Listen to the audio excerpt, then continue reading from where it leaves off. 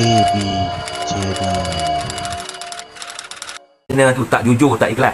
Perkataan nasional ni yang menyebabkan mufakat nasional pecah pula bersatu berjaya mempengaruhi kepimpinan PAS untuk menubuhkan Perikatan Nasional semata-mata atas kepentingan politik Tan Sri Muhyiddin Yassin dan kepimpinan dalam Parti Bersatu. Maknanya yang khianat mufakat nasional tu adalah Perikatan Nasional. Ni fakta. Mufakat nasional dulu ke? Perikatan Nasional dulu. Mufakat nasional dulu kan? Baru wujud Perikatan Nasional. Hak last wujud tu lah yang mengkhianati penyatuan ummah, perjuangan mufakat nasional. Perjuangan mufakat nasional, penyatuan ummah. Bukan lawan kleptokrasi ke, bukan lawan rasuah ke, bukan lawan Najib Razak, tapi berjuang untuk menyatukan umat. Itu perjuangan mufakat. Bukan perjuangan untuk bangsa, bukan perjuangan untuk rakyat. Itu cerita dia. Kalau betul-betul Perikatan Nasional berjuang untuk bangsa dan negara, takkanlah rakyat ni hidup susah macam ni. Takkan berpecah belah habis umat dibuatnya. Yang pecah belahkan undi Melayu ni lah Perikatan Nasional. Kan?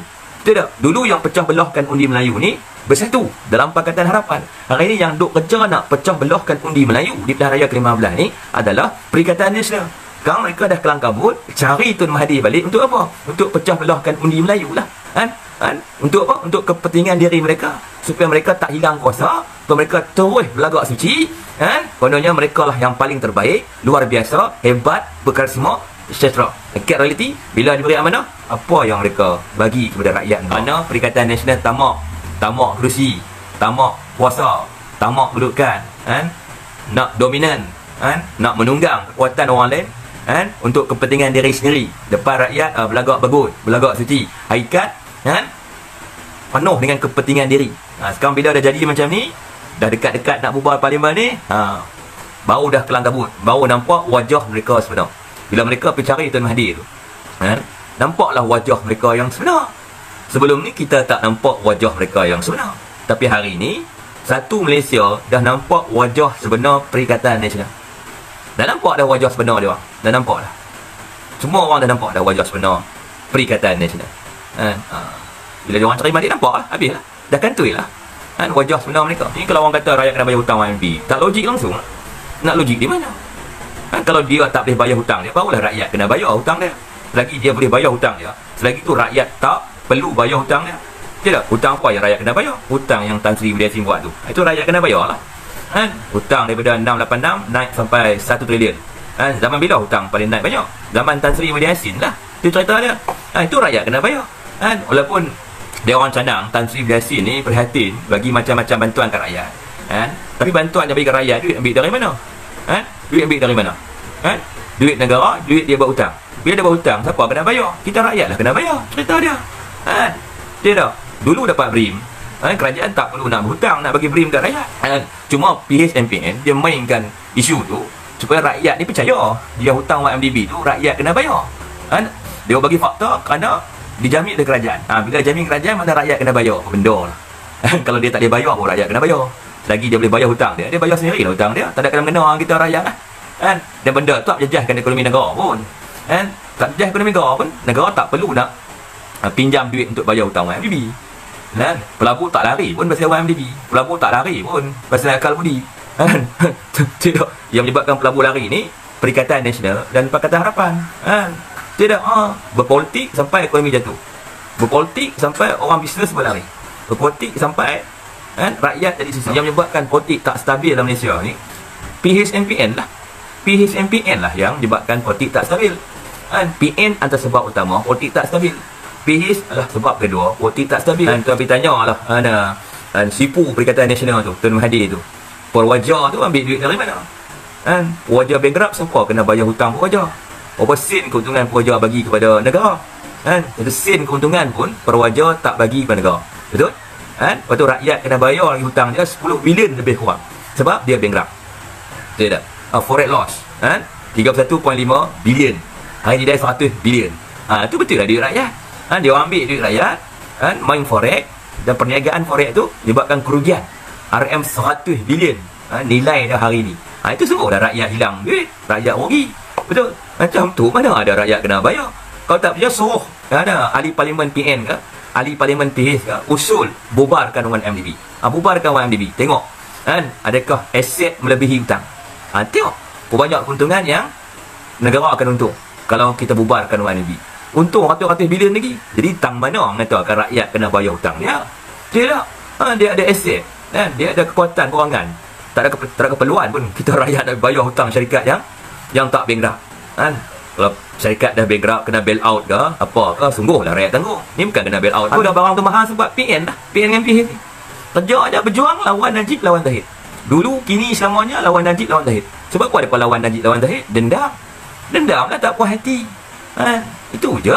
Konon nak lawan kleptokrasi. Kalau betul-betul dia orang lawan kleptokrasi seperti yang mereka kata, takkanlah ekonomi teruk sampai macam ni. Fikir tengoklah. Itu cuma alasan bodoh dia sebenarnya. Tan Sri Muhyiddin Yassin, Tun Mahathir, dia orang nak bergabung dengan parti-parti lawan lain. Bagi dia orang bergabung je. Cuma kalau mereka jadi bergabung kali ni dah, rakyat dah tahu dah motif mereka bergabung. Macam pilihan raya ke-14, rakyat dan nampak macam motif mereka bergabung tu tujuan dia nak selamatkan Malaysia. Kan slogan dia orang tu, Save Malaysia, lawan kleptokrasi, hutang negara 1 trilion, selamatkan aset-aset negara yang hampir habis, elokkan Malaysia dari bankrupt. Dan mereka mengenalkan lagi, nasi tambah manifesto 100 hari. Manifesto dia memang bulan dan bintang lah. Itu masa pilihan raya ke-14. Macam sekarang ni saudara, Saya dengar macam sekarang ni, kalau orang gabung tu, dia motif dia satu je, nak mengalahkan Barisan Nasional. Alasan mereka bagi tu nak mengelak kleptokrasi kembali menguasai negara. Itu semua alasan-alasan yang tak boleh lagi diterima oleh rakyat. Itulah, ni rakyat nak mengundi, faktor utama rakyat nak mengundi sebab ekonomi. Itu faktor paling utama lah. 70 ke 80% rakyat Malaysia ni kalau mengundi kerana ekonomi sekarang ni. Bukan mengundi kerana nak lawan kleptokrasi ke, nak lawan tu, nak lawan ni. Jadi benda-benda tu bukan masalah rakyat. Dan perkara-perkara tu tidak menguntungkan rakyat dan negara. Tidak. Rakyat dah pernah cuba ikut kehendak mereka di pilihan raya ke-14. Tapi timbal balas mereka kepada rakyat kena buang kerja, harga barang mahal, hutang negara meningkat, kehidupan rakyat susah, dikurung berbulan-bulan, bertahun-tahun. Jadi peluang-peluang pekerjaan kepada rakyat, semua golongan anak muda tak ada. Jadi kalau rakyat nak undi lagi gabungan gagasan nasional ni, jadi rakyat akan dapat apa? Timbal balas kalau dia orang menang, rakyat cuma dapat derita dan sengsara. Dia berapa lama rakyat boleh bertahan? Sekarang ni pun rakyat dah tak mampu nak bertahan sebenarnya. Nasib baiklah boleh keluarkan duit ke BSP. Itu antara perkara-perkara yang boleh lah bagi rakyat bertahan. Tapi berapa lama? Sebab 10,000 bukanlah nilai yang terlampau besar pada hari ini dengan keadaan inflasi yang meningkat, keadaan harga barang yang mahal, peluang-peluang perniagaan yang kecil, peluang-peluang pekerjaan yang kecil. Jadi 10,000 tu mungkinlah boleh bertahan 2-3 bulan sahaja. 2-3 bulan pun panjang juga tu. Jadi cara untuk menyelesaikan masalah ni hanya melalui bubar parlimen saja. Bubar habis. Bila bubar ni, yang akan jadi referee pengadil ni adalah rakyat. Rakyat akan menentukan daripada undi. Gagasan mana yang rakyat nak pilih sebagai kerajaan. Tapi kita ada keyakinan lah rakyat akan pilih gagasan yang boleh bawa kebangkitan ekonomi kepada rakyat.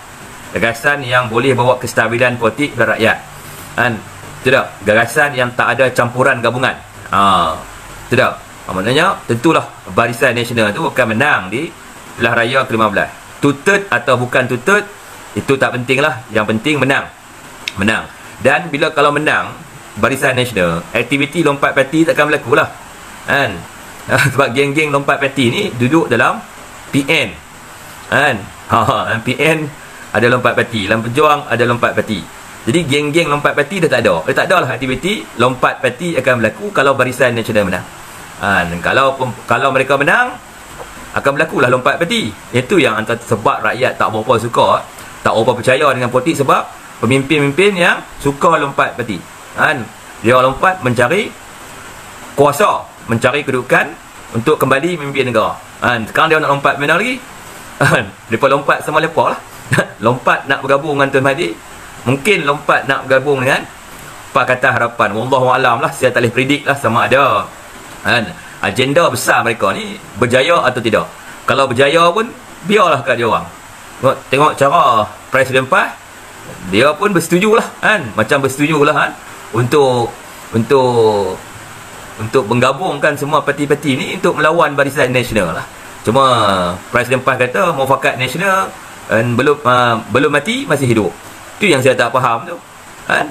Bagi saya Muafakat Nasional dah tak ada dah over dah tamat dah kan. Yang jebatkan Muafakat Nasional tu berakhir pun Parti PAS jugalah. Pasal Presiden PAS dia menubuhkan Perikatan Nasional dengan bersatu. Tidak, PN dah tak ada peluang kan, PH tak ada peluang kan. Tak tahulah kalau mereka nak bergabung dengan PH, boleh terima DAP, tak tahulah kan. Sebab mustahil lah orang Melayu boleh menerima parti DAP. Tapi kalau dia orang boleh bergabung dengan PH, saya tak tahu tu kan. Tak pastilah. Pasal kalau orang dah desperado ni, terdesak ni, dia bukan peduli apa dah. Dia tak peduli DAP ke apa ke. Yang penting mereka tak hilang kuasa, mereka boleh kembali berkuasa kan. Dia terus kan nak memimpin negara walaupun tak ada kemampuan nak jadi pemimpin dalam negara ni. Tak pandai nak menguruskan ekonomi, tak pandai nak menguruskan kebajikan rakyat, tak pandai nak menguruskan rakyat kan.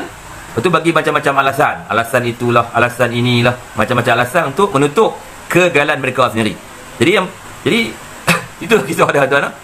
Kalau tekat nak berjuang suruh rakyat lawan rasuah semua tu timbal balas balik ke rakyat ni, kena buang kerja, hidup susah, buat apa kan. SPRM dah ada, polis dah ada, bukan kerja kita kan nak mengundi Perikatan Nasional ke Pakatan Harapan sekadar menguntungkan kepimpinan Perikatan Nasional, kepimpinan Pakatan Harapan kan. Rakyat susah, mereka senang lenang dapat peluang jadi menteri, timbalan menteri sebagainya, gaji besar. Rakyat yang sokong dia orang yang hidup merana.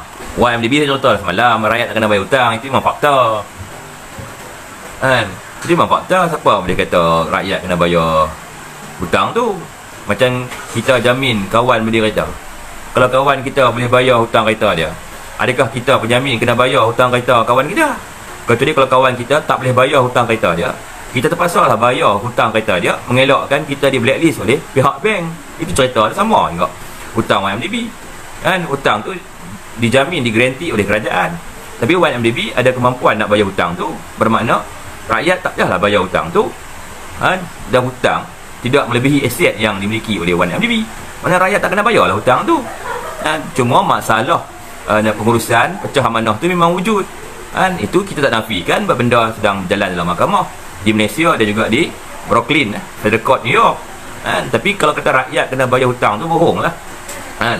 Kecuali kalau syarikat dah bankrupt, rakyat kena bayar hutang dia lah. Macam Perwaja Steel zaman Tun Mahathir kan, bila dia bankrupt kan, hutang ada 10 bilion. Itu betul lah rakyat kena bayar kan. Ini kalau orang kata rakyat kena bayar hutang YMB, tak logik langsung lah. Nak logik di mana kan? Kalau dia tak boleh bayar hutang dia, barulah rakyat kena bayar hutang dia. Selagi dia boleh bayar hutang dia, selagi tu rakyat tak perlu bayar hutang dia. Tidak kan. Memanglah PNP cadang rakyat bayar hutang, kan. Hutang apa yang rakyat kena bayar? Hutang yang Tan Sri Widya Yassin buat tu, itu rakyat kena bayar lah kan. Hutang daripada 686 naik sampai 1 trilion kan. Zaman bila hutang paling naik banyak? Zaman Tan Sri Widya Yassin lah. Itu cerita dia itu rakyat kena bayar kan. Walaupun dia orang canang Tan Sri Widya Yassin ni prihatin bagi macam-macam bantuan kat rakyat kan, tapi bantuan yang bagi kat rakyat, duit ambil dari mana kan? Duit ambil dari mana kan? Duit negara, duit dia buat hutang. Bila dia buat hutang, siapa kena bayar? Kita rakyat lah kena bayar. Cerita dia kan. Dia dah dulu dapat BRIM kan, kerajaan tak perlu nak berhutang nak bagi BRIM kat rakyat kan. BRIM diambil daripada keuntungan daripada cukai GST kan. Cukai, orang beli barang-barang keinginan, dia kena bayar cukai GST. Nah, bila keuntungan cukai GST tu dikembalikan kepada rakyat yang layak, terutama golongan B40, itu betul baru duit percuma kita dapat, kita tak kena bayar balik. Macam yang Tan Sri Widya Yassin bagi tu kan, memang dia bagi duit kita, tapi kita rakyat kena bayar balik duit yang dia bagi tu kan, sebab dia pinjam duit tu untuk bagi kepada kita kan. Bukan duit keuntungan negara kan, dia bagi kepada kita secara percuma, tapi duit yang dia pinjam kan, bagi kita. Macam kita dapat pinjaman dia sebenarnya Alfarao Z, duit bayar hutang mai kok celah mana kalau bukan duit cukai rakyat, duit bayar hutang. Iyalah dia buat hutang kena bayar lah. Macam YMDB kita tak kena bayar kan. Selagi YMDB tu ada kemampuan nak bayar hutang, dia bayarlah. Macam Tuan Alfa kan, jamin tuan, kawan tuan beli kereta kan, buat loan kereta kan. Kalau kawan tuan boleh bayar lagi hutang kereta dia kan, tiap-tiap bulan, adakah Tuan Alfa kena bayar hutang dia kan? Tapi kalau dia dah tak boleh bayar hutang dia kan, dia sangkut 2-3 bulan, tuan kena bayar lah hutang dia untuk mengelakkan kan, kereta ditarik dan nama tuan blacklist, betul tak? Sekarang 1MDB masih mampu bayar hutang dia kan, jadi tak perlulah rakyat nak bayar hutang 1MDB kan, tak just bubar kalau 1MDB tu benda tu jelas kan. Cuma PHMPN dia mainkan isu tu supaya rakyat ni percaya dia hutang 1MDB tu rakyat kena bayar kan. Dia bagi fakta kerana dijamin oleh kerajaan. Bila jamin kerajaan, mana rakyat kena bayar apa benda lah. Kalau dia tak boleh bayar pun rakyat kena bayar. Lagi dia boleh bayar hutang dia bayar sendiri lah hutang dia, tak ada kena mengena kita rakyat lah kan. Dan benda tu tak menjejaskan ekonomi negara pun kan, tak menjejaskan ekonomi negara pun, negara tak perlu nak pinjam duit untuk bayar hutang 1MDB kan. Pelabur tak lari pun pasal 1MDB, pelabur tak lari pun pasal akal budi kan. Tidak, yang menyebabkan pelabur lari ni Perikatan Nasional dan Pakatan Harapan kan. Tidak, berpolitik sampai ekonomi jatuh, berpolitik sampai orang bisnes berlari, berpolitik sampai kan, rakyat jadi susah kan, berpolitik sampai pecah belah negara kan. Yang menyebabkan politik tak stabil dalam Malaysia ni PHMPN lah, PHMPN lah yang menyebabkan politik tak stabil kan. PN antara sebab utama politik tak stabil, PH adalah sebab kedua politik tak stabil. Sebab tu kerajaan kan, Tan Datuk Seri Ismail Sabri terpaksa buat Memorandum of Understanding dengan PH untuk mengelakkan ketidakstabilan politik. Tapi politik tetap juga tidak stabil berpunca daripada PHMPN. Tengok bila kerajaan usul kan, Akta Sesma tu, yang tolak siapa? Yang tolak adalah Pakatan Harapan. Mereka itulah punca-punca kan, politik tak stabil kan. 1MDB ambil duit dari mana habisnya? 1MDB ambil duit dari mana? Dia syarikat ambil duit dari mana? Apa alasan lah tuan ni kan. Tuan pergi tanya lah sipu Perikatan Nasional tu, Tun Mahathir tu, Perwaja tu ambil duit dari mana kan. Perwaja bankrupt, siapa kena bayar hutang Perwaja?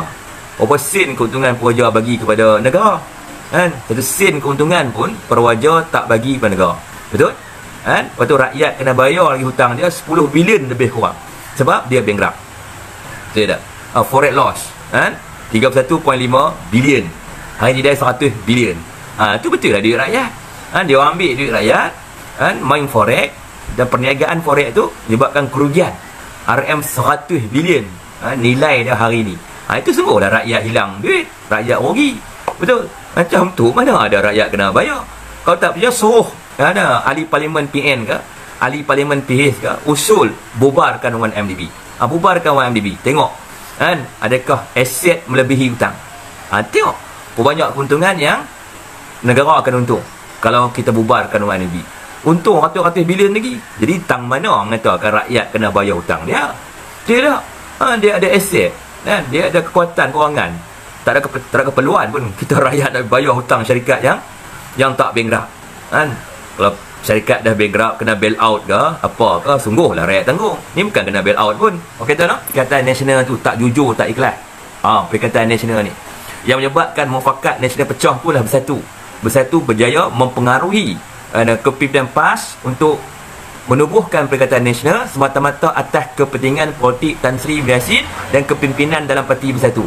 Maknanya yang khianat mufakat nasional tu adalah Perikatan Nasional. Ni fakta. Mufakat nasional dulu ke? Perikatan Nasional dulu? Mufakat nasional dulu kan? Baru wujud Perikatan Nasional. Hak last wujud tu lah yang mengkhianati penyatuan ummah, perjuangan mufakat nasional. Perjuangan mufakat nasional, penyatuan ummah. Bukan lawan kleptokrasi ke, bukan lawan rasuah ke, bukan lawan Najib Razak, tapi berjuang untuk menyatukan umat. Itu perjuangan mufakat nasional. Tapi hari ni siapa yang meninggalkan perjuangan penyatuan ummah? Siapa yang lari di perjuangan penyatuan ummah? Siapa? Siapa yang tak jujur dalam perjuangan penyatuan ummah? Siapa dia? Kan? Pemimpin PAS. Sebab dia menubuhkan Perikatan Nasional dengan Tan Sri Muhyiddin Yassin. Cerita dia kan, dulu ingat lepas Sheraton Move kan, mufakat nasional, UMNO PAS menuntut untuk bubar parlimen, betul kan, tapi tak berjaya, kena tubuhkan kerajaan kan, Tan Sri Muhyiddin Yassin, betul tak? Hari ni siapa yang duk tuntut bubar parlimen? Tinggal UMNO saja. Makna perjuangan menuntut bubar parlimen adalah perjuangan muafakat nasional. Kan? Makna UMNO menuntut bubar parlimen, maksudnya UMNO tak meninggalkan perjuangan yang dijuangkan dalam muafakat nasional. Yang meninggalkan perjuangan yang dijuangkan oleh muafakat nasional ialah parti PAS. Kan? Nak buat macam mana? Dan benda ni kita tak salahkan PAS. Kalau PAS tak berminat lagi dengan ideologi perjuangan putaran umum, kita nak buat macam mana? Mereka lebih berminat dengan perjuangan ideologi yang dibawa oleh Parti Bersatu, iaitu perjuangan lawan individu. Kan? Bukan perjuangan untuk bangsa, bukan perjuangan untuk rakyat. Itu cerita dia. Kalau betul-betul Perikatan Nasional berjuang untuk bangsa dan negara, takkanlah rakyat hari ni hidup susah macam ni. Takkan berpecah belah habis umat dibuatnya. Yang pecah belahkan undi Melayu ni lah Perikatan Nasional. Kan? Betul tak? Dulu yang pecah belahkan undi Melayu ni Bersatu dalam Pakatan Harapan. Hari ni yang duk kerja nak pecah belahkan undi Melayu di pilihan raya ke-15 ni adalah Perikatan Nasional. Sekarang mereka dah kelang kabut cari Tun Mahathir balik untuk apa? Untuk pecah belahkan undi Melayu lah. Kan? Untuk apa? Untuk kepentingan diri mereka, supaya mereka tak hilang kuasa, supaya mereka terus berlagak suci. Kan? Kononnya mereka lah yang paling terbaik, luar biasa, hebat, berkarisma, etc. Hakikat realiti, bila diberi amanah, apa yang mereka bagi kepada rakyat negara? Bagi apa? PS RM30. PN bagi apa? Kan? Kurung rakyat. Kan? Okey tuan, berhentilah duk terus menyokong Perikatan Nasional tu. Kan? Perjuangan dia dah tak betul dah. Perjuangan semata-mata nak lawan pemimpin tertentu dalam Barisan Nasional. Itu perjuangan apa? Pemimpin ni datang dan pergi. Kan? Kalau kerja nak lawan Najib, kerja nak lawan Zahid, kan? Buat apa? Untung dekat mana? Kan? Kalau berjuang semata-mata nak lawan Najib, lawan Zahid, kan? Makna perjuangan kamu yang tak betul. Kan? Kita nak berjuang untuk rakyat dan negara. Bukan kita duk berjuang nak lawan Najib, lawan Zahid, kan? Sampai kan negara rosak macam ni teruk, kan? Hutang 1 trilion, pelabur lari, rakyat menderita, harga barang mahal di pasaran. Harga barang tu mahal sebab PN lah. PN dengan PH ni kerja aja berjuang lawan Najib, lawan Zahid. Dulu, kini, selamanya lawan Najib, lawan Zahid. Sebab apa mereka lawan Najib, lawan Zahid? Dendam. Dendam lah, tak puas hati. Itu je. Konon nak lawan kleptokrasi. Kalau betul-betul dia orang lawan kleptokrasi seperti yang mereka kata, takkanlah ekonomi teruk sampai macam ni. Fikir tengoklah. Itu cuma alasan-alasan bodoh dia sebenarnya. Dah lah, PN dan PH tak ada masa depan lah. BN plus PN gagal pun kerana Perikatan Nasional tamak kerusi, tamak kuasa, tamak kedudukan, nak dominan, nak menunggang kekuatan orang lain, untuk kepentingan diri sendiri depan rakyat, berlagak bagus, berlagak suci. Hakikat penuh dengan kepentingan diri. Sekarang bila dah jadi macam ni, dah dekat-dekat nak bubar parlimen ni, baru dah kelang kabut, baru nampak wajah mereka sebenar. Bila mereka pergi cari Tun Mahathir tu, nampaklah wajah mereka yang sebenar. Sebelum ni kita tak nampak wajah mereka yang sebenar. Tapi hari ni satu Malaysia dah nampak wajah sebenar Perikatan Nasional. Dah nampak dah wajah sebenar dia orang. Dah nampak dah. Semua orang dah nampak dah wajah sebenar Perikatan Nasional. Bila dia orang cari balik, nampak lah, habis lah, dah kantoi lah, wajah sebenar mereka. Okey tuan-tuan,